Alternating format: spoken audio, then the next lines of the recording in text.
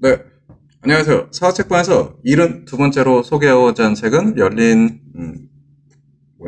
책들의, 열린 책들 출판사에서 나온 그리스인 조르바입니다. 네, 이건 장편 소설이고요. 그리스인 조르바를 저는 책으로 한 두 번 정도 정독하고 나서 영화를 보고 나니 저는 시각적으로 그렇고 좀 이해가 잘 됐습니다. 네, 어렵더라고. 좀 바로바로 이게 이미지 형상화가 쉽게 되지 않더라고요. 비록 책의 제목은 그리스인 조르바지만 엄밀히 따지면 조르바는 마케도니아 사람이에요. 마케도니아? 많이 들어봤는데 그게 어디 있는 거지? 지금도 존재하나? 우선 마케도니아는 남부 유럽 발칸 반도 중부에 있는 나라로 유럽의 남동부에 그리고 그리스의 북쪽에 위치한 나라입니다. 그리스인 조르바의 저자 니코스 카잔차키스가 자기 삶에 깊은 골을 남긴 사람으로 꼽는 인물 소설 그리스인 조르바의 야상매 같은 주인공 조르바는 실존 인물이었어요. 조르바라고 하는 호쾌한 기인이 있었습니다. 어떤 기인지 한번 살펴볼까요? 우선 조르바는 한 65살, 60대의 노인입니다. 네, 조르바 주인공은 크레타 섬으로 가는 배를 타는 선착장 옆 카페에서 만나게 되었어요. 주인공에게 목적지를 묻고 주인공이 크레타에 갑니다. 이렇게 얘기하는 것을 확인하고 나서 조르바는 화자에게 데려가달라고 부탁하죠. 자기가 끝내주는 스프를 만들어줄 수 있다고 하면서 말이죠. 주인공은 조르바가 이전에 무슨 일을 했는지를 묻고 대화를 이어갑니다. 이 사람 뭐한 사람이야? 알아봐야 될 거잖아요. 참고로 주인공의 직업은 작가예요. 그 와중에 조르바는 산트로라는 악기를 수중에 들고 다니고, 그래서 이제 수중에 들고 다니는 게 뭔지도 물어봤겠죠? 네, 그리고 조르바는 자기가 결혼을 했으나, 산트를 치는데, 집구석에 가면은 집중할 수 없어 산트를 치기 위해 집을 박차고 나왔다고 주인공에게 언급하기도 합니다. 그래서 화자, 주인공이 조르바와 이런저런 얘기를 하다 보면서 이제 위와 같은 일화도 듣고, 이제 주인공이 느낀 거는, 내가 오랫동안 찾아다녔으나 만날 수 없었던 바로 그 사람을 이제 주인공은 찾았다고 생각했어요. 그래서 주인공은 조르바에게 같이 가자고 제안합니다. 크레타에는 그의 갈탄광이 있다고 하면서 말이죠. 갈탄광? 탄광 들어봤는데. 갈탄광이 뭐냐면은 갈색 연탄 있죠? 네, 그래 갈색 연탄을 갈탄이라고 하더라고요.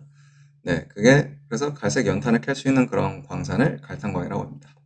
조르바에게 인부들을 관리 감독하는 역할을 맡아달라고 해요. 그래서 조르바는 일한 동안 주인공이 그의 주인이나 놀 때, 뭐 예를 들어서 춤출 때, 산트로 칠 때, 술을 마실 때는 그가 자유의지를 가져야 되는 게, 뭐, 그와 주인공의 뭐 이런 근로계약? 그런 계약 조건이라고 명확히 표현합니다. 주인공은 이를 수용하고요. 조르바는 왼쪽 집게 손가락이 반 이상 잘려나갔어요. 한때 도자기를 만들었는데, 왼쪽 집게 손가락이 자꾸 거치적거리며 신경을 돋우어서 잘라버렸다고 합니다.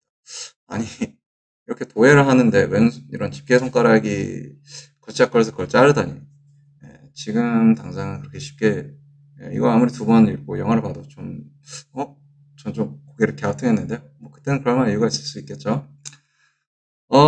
그래서 그 이야기를 들은 주인공이 성인 전집의 군욕주의자 이야기, 여자를 보고 유격의 갈등이 견디기 어려워 도끼를 들어, 뭐 이런 이야기를 조르바한테 꺼내니까 조르바는 이에 아유 참 병신 같은 친구다 다 있네 라고 혹평을 합니다. 이 두 가지 일화를 들으면 좀 조르바의 기이함이 듬뿍 품어져 나오지 않나요? 목적지인 크레타 섬에 도착해서 숙소를 정하기도 전에 조르바는 그의 상사이자 화자인 주인공에게 과부만 제대로 걸리면 이라는 말을 내뱉습니다. 유목민 생활을 많이 해본 조르바는 본능적으로 이성과의 만남을 갈구할 것 같은 과부를 선호한 것 또한 이해가 많이 가는 바이고요. 마을 안으로 입성하여 카페 겸 정육점에 들어가서 오르탕스 부인이라는 여자 과부가 있다는 소식을 듣고 화자와 조르바는 오르탕스 부인의 여인숙으로 숙소를 정합니다. 오르탕스 부인의 여인숙에 이르러서 식탁을 뜰로 들고 나와서 빵과 포도주를 가져다 4인분 상을 차리죠. 오르탕스 부인은 기쁜 나머지, 그러니까 그 주인공과 조르바가 자기네 것만 아니라 이런 오르탕스 부인까지 그렇게 좀 챙겨준 거에 대해서 너무 기쁜 나머지 방으로 들어가서 낡았지만 빛나는 벨벳 드레스로 옷을 갈아입고 다시 나타납니다. 좋아하는 포도주를 연거푸 몇 잔을 비우고 나니 오르탕스 부인은 다시 옛날처럼 다정하고 유쾌하고 콧대 높은 여자로 변했어요. 오르탕시스 부인은 책에서 세인으로 세이렌으로 기술되어지기도 합니다. 세이렌은 그리스 신화에 나오는 매우 아름답지만 치명적인 마력을 가진 ним프예요. ним프는 그리스 신화에 나오는 요정의 총칭을 가리키고요. 늙은 세이렌은 수리교에 올라오고 나서 그녀의 과거에 대해서 이야기합니다. 나는 제독을 사랑했죠. 크레타에 또 한 번 혁명이 있자 열강의 함대가 수다항에 닻을 내렸어요. 내 나라의 제독을 두 분이 봤어야 하는 건데 영국 제독, 프랑스 제독, 이탈리아 제독, 러시아 제독을 수탉 같았지. 75 내지 90 킬로그램이나 나가는 수탉이었던 셈이었죠. 모두가 쓰는 향수가 달라서 나는 어둠 속에서도 그게 누군지 알아맞힐 수 있었죠. 크레타가 저희를 터쳤자 함대엔 떠나라는 명령이 내려왔어요. 세이렌은 내 제독의 수염에 매달려 물었습니다. 그녀가 어떻게 되는지 말이죠. 세이렌은 기부인 생활과 샴페인에 입맛이 들었는데 말이죠. 한꺼번에 서방 넷을 읽고 과부가 되었어요. 세이렌이 걷잡을 수 없이 훌쩍훌쩍 거리치기 시작하자 조르바는 세이렌에게 자신이 바로 그녀가 제일 좋아했던 제독인 까나바로라고 기뻐하며 소리칩니다. 세이렌이 가장 좋아하는 노래를 부르기 시작하자 조르바는 자리에서 일어나 산투르를 집어와서 큰 손으로 치기 시작했습니다. 그리고 조르바는 두목에게 둘만 있을 수 있도록 자리를 비켜달라고 요청하고 그 둘만의 사물을 무사히 봅니다. 주인공의 외조부는 크레타 섬이 꽤 큰 마을에 살았는데 매일 저녁 등불을 들고 거리를 다니면서 혹 갓 도착한 나그네가 없나 찾아보는 버릇이 있었다고 해요. 있으면 집으로 데려와 맛있는 음식과 술을 대접하고는 직업과 이름이 무엇이며 어디에서 왔는지 본 도시와 마을이 무엇이는지 깡그리 이야기해달라고 지엄한 분부를 내렸다고 합니다. 주인공 또한 크레타 해안에서 외조부의 그런 기벽을 완성하고 있는 셈이고 말이죠. 그래서 이 외조부 같은 경우는 다른 나라 자기가 어디를 이동하지 않았지만 단지 이런 해당 지역에서 온 그런 사람들을 초청해서 자기 집으로 초대해서 그런 말에 들어서 좀 간접 경험을 대신한 그런 거죠. 화자가 조르바가 일하는 현장에서 인부들의 신상에 대해서 꼬치꼬치 캐물었는데 조르바는 제발 좀 끼어들지 말라고 부탁합니다. 두목이 물렁하게 나오면 인부들은 이를 몽땅 두목에게 밀어버리고 남을 나라 하니까 말이죠. 조르바는 학교 문 앞에도 가지 못했고 그 머리는 지식의 세례를 받은 일이 없습니다. 하지만 그는 만고풍상을 다 겪은 사람이에요. 그래서 그의 마음은 열려있고 가슴은 원시적인 배짱으로 고스란히 잔뜩 부풀어 있어요. 우리는 행복을 체험하면서 그것을 의식하기란 쉽지 않습니다. 행복한 순간이 과거로 지나가고 그것을 되돌아보면서 우리는 갑자기 이따금 놀라면서 그 순간이 얼마나 행복했는가를 깨닫는 거예요. 책 내용의 4분의 1 정도가 지났을 즈음 무렵 조르바는 화주에게 그의 계획을 설명합니다. 산 꼭대기에서 해안까지 고가 케이블을 설치하면 이런 식으로 갱도를 버틸 목재를 운반하고 남는 것은 건축용 목재로 팔 수 있다고 말이죠. 그들은 수도원에 딸린 소나무 숲을 빌리기로 결정해 두고 있었어요. 그러나 운반에 비용이 많이 든 데다 노새도 넉넉하게 조달하기도 어려웠습니다. 그래서 조르바는 케이블과 탑과 도르래를 이용하여 운반도를 만들 것을 구사한 것이에요. 세렌 말고도 책에는 또 다른 과부가 등장을 합니다. 이번 과부는 세렌보다 더 젊습니다.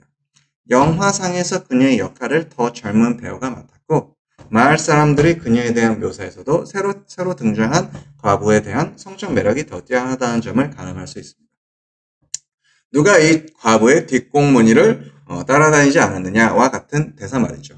이 과부를 마을의 지도자 마브런 도니의 아들 파블리가 열렬히 사모합니다. 어느 정도냐면 그의 아버지에게 저 여자를 아내로 맞지 못하면 칵! 죽어버리겠습니다.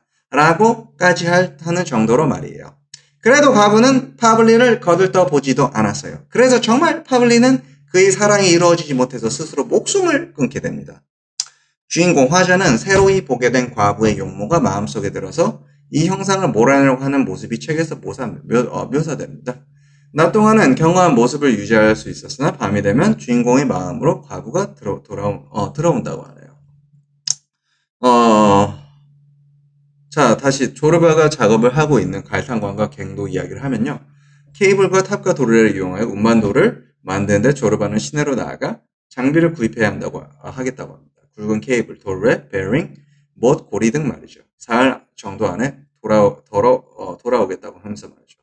그리고 아까 제가 파블리가 목숨을 이제 끊었다고 했잖아요. 새로운 이제 과부가 자신의, 사물을 받아주지 않아서. 그래서 이제 마을 사람들은 그 과부를 대상으로 마녀 사냥에 나섰어요. 결국 그 과부는 마을의 지도자 마브란도니의 칼에 죽음을 맞이합니다. 그리고, 조르바와 화자가 시간과 돈을 투자해서 만든 운반도는 목재를 나르는 시험을 하는 와중에 완전히 무너져 버려요. 소설의 큰 맥락, 줄거리는 이렇게 흐릅니다. 이 외에도 소설에 나왔던 조르바의 기이한 어록들을 좀 약간 몇 가지 한번 짚어보면요. 다음과 같아요. 하나님요? 자비로우시고 말고요. 하지만 여자가 잠자리로 깨었는데도 이거 거절하는 자는 용서하시지 않을걸요? 거절당한 여자는 풍차라도 돌릴 듯이 한숨을 쉴 테고 그 한숨 소리가 하느님 귀에 들어가면 그 자가 아무리 선행을 많이 쌓아도 절대 용서하시지 않을 거예요. 결혼 말인가요? 공식적으로는 한 번 했죠. 비공식적으로는 1,000번, 아니 3,000번쯤 될 거예요. 정확하게 몇 번인지 내가 어떻게 알아요? 수탉이 장부 가지고 다닌 거 봤어요? 다음 같은, 이러한, 구절들이 있는데, 조르바는 눈앞에 있는 사랑하는 이성에게 충실합니다. 결혼도 해보았으나 처자식이 있는 집에서는 마음 놓고 산트를 칠 수 없어 집을 나서는 조르바. 그리고 전국 각지를 떠돌며 이런저런 일을 하고 셀 수 없는 여성들과 사랑을 나누고 연모를 뿌리는 조르바. 그러나 늙고 연약한 아까 세이렌 있잖아요. 이 세이렌에게 조르바가 청혼을 했다고 화자가 거짓으로 세이렌에게 말했어요.